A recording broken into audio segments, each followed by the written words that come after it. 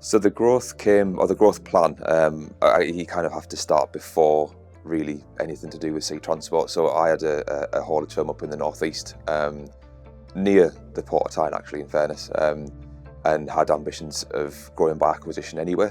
So I'd engaged a couple of people to kind of look around and with my criteria set, bring back and we did that, and sea transport was one of them, which is probably 2.5 years ago.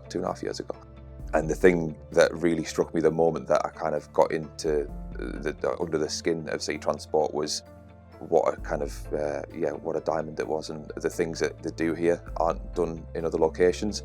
The more I got to learn about how they do it and what they do and who they do it for, it became apparent quite quickly that, well, hang on a minute, they do that here and there's a demand for it. Is it demand in the other geographies? Being from the northeast, we've got a major port up in Teesport. You've got other similar types of activities, obviously Southampton and things like that. And my view was, my career previous to this was around kind of duplicating process and rolling out improvement kind of structures. So can I take those skills, apply it to this, and effectively copy and paste a lot of the activity? And the more I spoke to the vendors, it became apparent, actually, yeah, this is definitely a doable thing.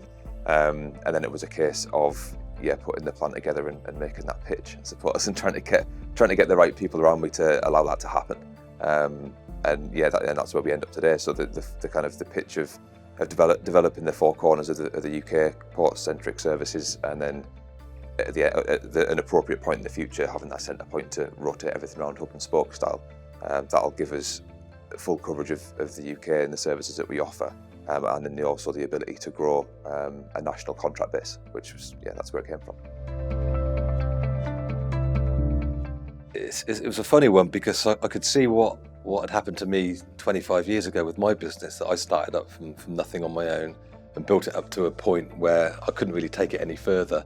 And I decided to sell my business all that time ago. And here we were looking at Sea Transport, where they were in a similar situation with the two founding owners looking for somebody to take the business forward. And I thought, right, I can now do with this business what I didn't do with mine 20 odd years ago. And it was a really exciting opportunity.